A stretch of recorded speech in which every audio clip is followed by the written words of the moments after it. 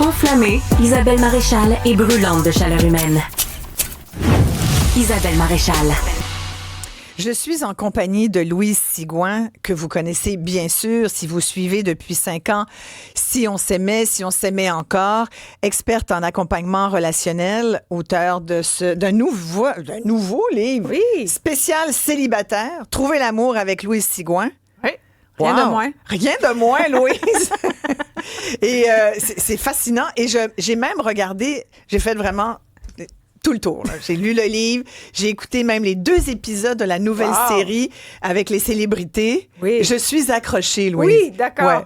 Ouais. Je voulais qu'on parle de... Ça fait longtemps que je veux vous inviter parce que c'est assez central dans notre vie, l'amour quand même, ou les relations de couple. Ça laisse personne indifférent. Voilà. Et c'est pas évident. C'est D'accord. difficile d'être en couple. Oui, puis c'est un peu l'objet du livre d'ailleurs, puis la proposition aussi dans Si on s'aimait. Je trouve que ce qui nuit à l'épanouissement amoureux, qu'on soit en quête d'un nouvel amoureux, en processus de fréquentation ou en relation, c'est qu'on vit dans une société où tout va vite, on est dans l'instant, on est dans l'immédiat, alors que créer un lien, être en relation, ça demande du temps. Ouais. C'est ça qu'on perd. En étant en relation ou pas, c'est qu'on veut tout que ça aille trop vite. On veut de la complicité, mais la complicité, ça prend un certain temps à installer. Et qu'on soit jeune ou moins jeune, c'est la même chose? Toute la même formule. C'est important de s'arrêter, de profiter, comme quand on est dans la vie de tous les jours. Tantôt, j'avais le privilège de parler avec une de vos collaboratrices. C'est comme, waouh, c'est un moment magique, mais il faut prendre le temps. Mais quand on est dans notre quotidien puis qu'on va vite, ben on salue, mais on s'arrête pas nécessairement. Mais la relation amoureuse, c'est d'autant plus important. Ouais. Qu'est-ce qui compte le plus quand on veut rencontrer quelqu'un, quand on est célibataire, qu'on a déjà eu l'amour, ou pas forcément, parce qu'il y a des gens qui voguent pendant plusieurs années sans vraiment avoir été profondément amoureux d'une autre personne? Je pense qu'il faut se rappeler qu'à 20 ans, on n'a pas les mêmes besoins qu'à 35 pas 50. Fait que tout dépendant du type de relation qu'on a eu, je pense que la première chose à faire, c'est de prendre le temps de se questionner qui suis-je à cette étape-ci de ma vie? C'est quoi mes nouvelles forces, mes acquis, qu'est-ce que je souhaite, qu'est-ce que je veux plus? Ensuite, déterminer ce que je veux. Tu sais, avoir un amoureux pour un amoureux ou fréquenter, c'est assez facile puis rapide. Mais si je veux quelque chose de précis, il faut que je me donne le droit de le déterminer puis de le définir.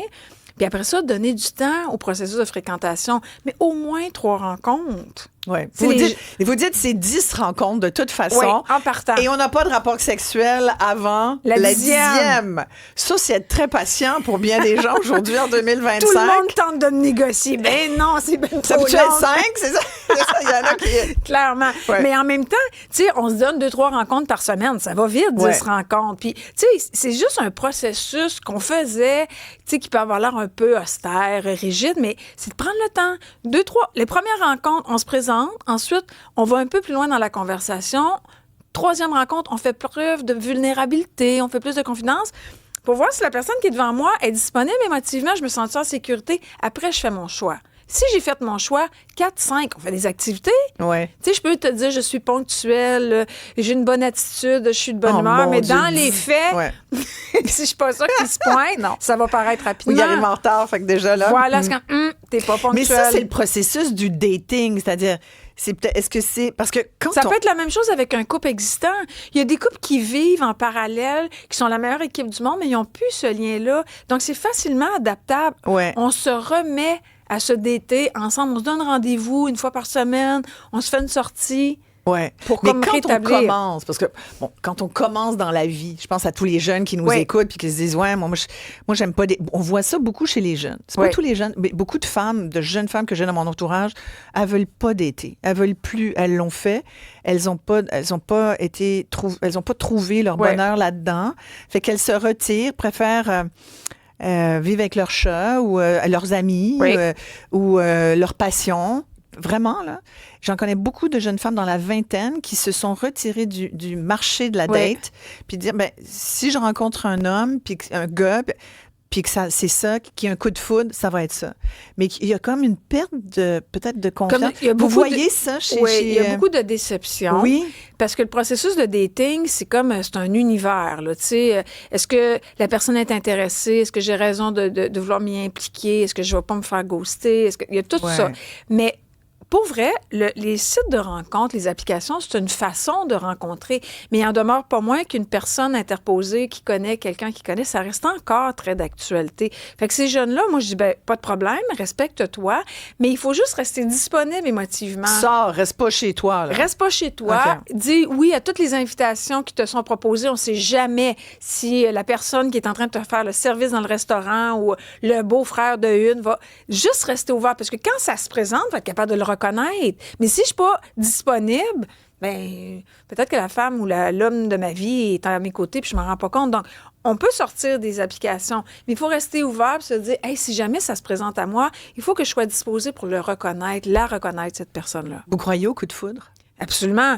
Mais le coup de foudre, la passion, c'est des départs fulgurants, là. Ça part en flèche, puis les gens vont me dire « Allô, je sais que tu ne me croiras pas, mais j'ai l'impression que c'est l'homme ou la femme de ma vie. » C'est magnifique, quand même. Oui, mais quand ça redescend, il faut revenir dans cet engagement amoureux-là pour donner le temps au lien de se créer. Parce qu'on ne peut pas rester sur ce gros voltige-là longtemps. Bien, vous avez dit le mot, Louise Sigouin, vous avez parlé d'engagement. Oui. C'est un gros mot, ça. C'est un gros mot. Après, l'autre gros mot, c'est intimité. Nous y viendrons. Mais engagement, c'est pas tout le monde qui a la même perception de leur propre engagement. Il y en a qui pensent qu'ils sont engagés alors qu'ils le sont pas. Oui. Il y en a qui souhaiteraient que l'autre soit plus engagé. Il y en a qui le disent. D'ailleurs, j'ai pas envie de m'engager tant que ça. Je voudrais garder mon autonomie parce que le couple paraît comme étant quelque chose de tellement fusionnel. Vous avez classé d'ailleurs les gens dans différentes... Il y a dépendants, codépendants. Les dualités. Voilà. L'engagement, qu'est-ce que vous pouvez nous dire là-dessus? Simplifier. Comment on arrive à s'engager vraiment? Comment on sait qu'on est avec la bonne personne puis que c'est le moment d'y aller à fond? C'est une très bonne question. D'abord, je pense que c'est important qu'ensemble, les deux personnes impliquées définissent ce que ça veut dire engagement pour eux, dans un premier temps. Simplement, l'engagement, là, c'est de savoir qu'il y a probablement mieux ailleurs. Il y a probablement pire, mais à la lumière de mes besoins, mes valeurs, puis la direction que je veux donner à ma vie amoureuse, puis ce que tu me présentes, bien, j'ai envie d'une prochaine rencontre. On garde ça simple, parce que les gens qui ont peur de l'engagement, c'est comme « à jamais, je ne pourrais plus jamais me sortir de là ». Ben non, on le sait maintenant qu'on peut s'engager puis choisir que ça ne nous convient pas, premièrement. Ensuite, c'est que je mette tous les efforts, le temps, l'énergie nécessaire pour nourrir cette relation-là. Parce que je peux dire que je suis engagée, mais si je ne m'y implique pas, ça ne donne rien, comme dans n'importe quel domaine de notre vie. Ouais. Si tu ne t'impliques pas dans ton travail, si tu ne t'impliques pas dans tes finances, tu ne t'impliques pas dans ta santé, à un moment donné, il y a des conséquences. C'est la même chose en relation. Oui, c'est ça. Et je pense à Maxence dans la série qui dit ben j'ai ma vie là. Fait que là il veut bien rencontrer mais pas perdre sa liberté. Mais en même temps, il y a sa vie là, qui est très très très prenante là. Absolument, mais en même temps beaucoup de gens pensent comme ça. C'est-à-dire j'ai pas tant de temps que ça là, pour rencontrer du monde. Là. Non, mais on peut préserver son autonomie tout en étant engagé. C'est ça l'exercice, trouver l'équilibre entre mes besoins personnels et amoureux, relationnel. Quand on arrive à cet équilibre-là, on se sent moins envahi puis pris parce que je continue ma vie. Bien sûr, il faut que je laisse un espace vacant qui est vie amoureuse, sinon il ne se passera rien. Ouais. Mais on peut jumeler les deux. Ouais.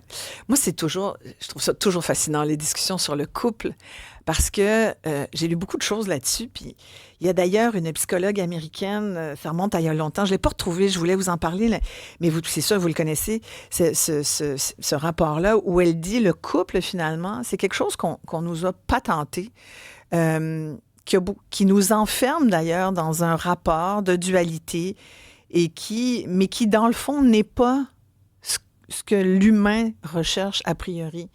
C'est-à-dire c'est comme une conception créée par l'homme, et dans ce cas-ci, effectivement, là, on pourrait dire que ça convient bien aux gars, mais que c'est pas forcément comme ça qu'on est fait. C'est-à-dire je pense qu'aujourd'hui, ça confirme ce que vous avancez, dans le sens qu'on peut être en relation de mille et une façons. Moi, je pense que indépendamement de la forme, la nature qu'on va donner à notre relation, ce qui est incontournable pour moi, c'est le besoin de se sentir relié à l'autre. Puis être relié, ça veut dire de créer un lien. Parce que les gens qui n'ont pas de vie amoureuse, c'est bien correct, mais ils ont des amis, ils ont des familles, ils ont des collègues de travail, ils ont des gens sur qui compter. En relation amoureuse, il y a des gens qui sont très couples, très, très protocolairement définis, mais qui ne sont pas liés. L'important, c'est d'être reliés en fonction d'une relation qui nous convient à tous les deux, peu importe la forme. Il faut le dire plus aux gens, alors, Louise, parce qu'on demande à des enfants, des petites filles, surtout, puis t'as-tu un petit chum? Ou des adolescentes. Souvent, on va répondre oui. Oui, parce qu'elle est déjà formatée à 4 ans. Oui. Puis elle aime le rose, puis elle est déjà rentrée dans ses... Je sais pas si on l'a tant que ça. Ben, je pense que... Moi, je connais beaucoup de filles, on va vous dire, qui ont déjà eu beaucoup de relations, ou plusieurs relations, puis qui finissent par dire, oh, comme Madonna à l'époque, I'd rather read a book. J'aimerais autant lire un livre. Oui, mais, tu sais, être privilégié, être priorisé, avoir une place d'exception auprès de quelqu'un, je pense que ça laisse personne indifférent. Ouais. Puis la notion d'amour, c'est, tu sais, une relation d'amitié puis une relation amoureuse, en dehors de la sexualité, c'est très, très intimement lié. Mais c'est cette notion-là d'exclusivité qui fait toute la différence. Êtes-vous en couple? Oui. Depuis combien de temps? 16 ans. 16 ans? Oui. Et j'applique ce que j'enseigne. C'est vrai? C'est pour ça que j'y crois. Y a-tu des moments où c'est comme boum, puis là, vous faites la méthode Louise? Ça fonctionne. On s'ajuste dans nos différences. On donne du temps de qualité. D'ailleurs, je m'en vais au Salon du Livre à Québec. C'est un moment pour faire une petite escapade amoureuse. On profite de ces moments-là. Sinon, c'est trop facile de se faire happer par le quotidien. Tu sais ce qu'on dit souvent, là? Faut se choisir tous les jours. Oui. Vous avez ri, là? Tous les jours. Ben, tous les jours, c'est peut-être trop. OK, il faut choisir. Il faut garder à l'esprit que le couple a besoin de temps pour rester vivant. Fait qu'on se choisit toutes les semaines? Au moins une fois par semaine. J'appelle ça un rituel amoureux. Au moins un petit bloc de 3 heures où on n'est pas en train de faire des courses, puis planifier nos rénovations, puis penser à toutes nos responsabilités, puis plus se dire, hey, comment tu vas aujourd'hui? Comment ça s'est passé ta semaine? Parce que ça va vite. Des fois, on part, l'autre dort, on revient, l'autre est déjà couché. Plus se dire, hey, je veux savoir comment tu te sens actuellement. Et est-ce que parce qu'il y a plein de trucs là, dans votre livre. Oui. Mais est-ce que les gens vous demandent des trucs, justement? Vous disent, c'est quoi le secret là, d'un couple qui dure? Dans la vie de tous les jours? Ouais. Jamais les gens m'interpellent. Les gens vous interpellent pas. Mon Dieu, moi, je vous croiserais dans une allée d'une épicerie, là. Hey, surtout des produits congelés, ça a l'air que c'est là qu'on rencontre. Je vous dirais, oh, Louis, s'il vous plaît, qu'est-ce que je peux faire pour rencontrer? Souvent, les journalistes me le demandent. Jamais les gens m'abordent pour me poser des questions. Ils m'abordent toujours pour me dire à quel point, si on s'aimait, les écrits leur ont fait du bien, les ont mis en paix avec leur passé, leur a permis d'ouvrir des conversations, de se comprendre, de se définir, d'être en paix avec eux-mêmes. Mais rarement me demander des trucs. Jamais ça m'est arrivé. C'est drôle. Mais s'il y en avait... Mais en plus, il n'y en a pas qu'un. Parce qu'on comprend bien qu'il y a plusieurs façons d'être en paix, d'être bien dans un couple. Je vois la série, là. Oui. Il y a tellement... Les gens, c'est difficile d'être avec quelqu'un, 2 personnes uniques, vie complètement différente. Oui. Et là, il faut trouver... C'est quelque chose, il faut trouver le point commun, les points communs, l'espèce de terrain sur lequel on va pouvoir s'installer. Je pense qu'il faut trouver... Je trouve qu'on s'en demande beaucoup, finalement. Oui, mais je trouve qu'à la base, là, même si on a beaucoup de différences, ou on a des affinités ou des activités communes, je pense que si on partage les mêmes valeurs, puis qu'on partage tous les deux le souhait de créer une relation ensemble. Là, après ça, c'est juste le plaisir de négocier avec nos différences, puis d'apprendre à se connaître, puis de se faire des mi-chemins, puis de s'ajuster, parce que ça, c'est moins tolérable. Ça, parce que c'est juste ça que ça prend. Après ça, tu peux préférer un sport que moi, j'aime pas, tu peux avoir une activité qui me convient pas, mais pourvu qu'ensemble, on se retrouve. Oui. Le problème, c'est qu'au début d'une relation, on n'est jamais nous-mêmes. Bien rare. Fait que là, on va faire des concessions. Comme là, le petit couple, Joanie, que j'adore, avec le pompier, là, j'aimerais ça qu'il dure longtemps, parce que je trouve qu'il y a un bon fit. Ils sont très spontanés. Ah, ils sont cute. Mais en même temps, là, elle aime le jaune. Il voulait participer au bouquet jaune. Je vends pas le punch, là, c'est pas très grave, là, comme anecdote. Et là, il veut mettre du bleu là-dedans. Là, tu te dis, Ça arrive. C'est tellement l'expression. Fait que là, Joanie a dit, d'accord, ben oui. Là, on fait ça au début, tu comprends. Moi, je disais, voyons, un bouquet jaune, c'est un bouquet jaune, là. Tu peux mettre du jaune orange, là, mais du bleu, non. Oui, mais en même temps, ça nous rappelle... Moi, je l'aurais dit, mais ça, c'est moi, là. C'est sûr que... Mais Joanie, elle a été plus conciliante. Elle l'a laissé faire. Arrivée à la maison, elle a enlevé les fleurs qui ne fitaient pas. Mais voyez-vous, c'est ça l'enjeu, c'est qu'on n'est pas nous-mêmes au début. Mais on est trop rigide au début. Vous trouvez? Ben oui, pourquoi? Tu sais, pourquoi pas se rappeler que, ben oui, qu'est-ce que ça fait, une fleur bleue? C'est une collaboration, c'est une implication. C'est vrai, dans le fond. Oui, puis après, c'est comme... moi, je vous invite tous en début de relation d'être authentiques parce que là, Voilà. c'est dur de maintenir une partie de soi que je ne suis pas. C'est pas grave que tu n'es jamais à l'heure, puis c'est pas grave que tu sois pas telle ou telle façon, mais je pense que c'est plus payant de se dénoncer en partant que de faire accroire, puis là, de se faire pincer, puis d'avoir l'air d'avoir été... Et c'est pour ça qu'il y a bien des gars qui disent, quand ils disent quelque chose, ils ont l'impression que madame, elle va jamais être contente, fait qu'ils finissent par se taire. Oui, mais pour vrai, c'est toute identité de gens confondus. Toutes les couples, il y a des différences. Il y a toujours un qui est plus introverti, un qui parle plus, mais il faut nommer, oser dire ce que je souhaite, ce que j'aime. Puis ça se peut que ça crée des inconforts, des malaises, mais au moins, on se présente pour négocier à partir des bons éléments. Oui. Ah là, je suis vraiment, vraiment accro à la série. J'ai très hâte de voir ce qui va se passer avec les prochains Ça épisodes. va durer encore 10 semaines, des heures de C'est plaisir. sûr. Vous allez revenir nous voir, Louis Promis. Sigouin. Je rappelle, Si on s'aimait, spécial célébrité, puis manquez pas les séries. Merci à tout le monde. C'est déjà fini, cette émission-là. Merci à notre équipe fabuleuse. Florence Lamoureux, Alice Fournier, Jean-François Roy. Je vous retrouve demain. Ne manquez pas, il y a Benoît Dutrisac qui s'en vient tout de suite après la pause. On va suivre pour vous, bien sûr, ce qui se passe dans l'actualité. Trump, les tarifs, la Chine, c'est pas drôle. À demain!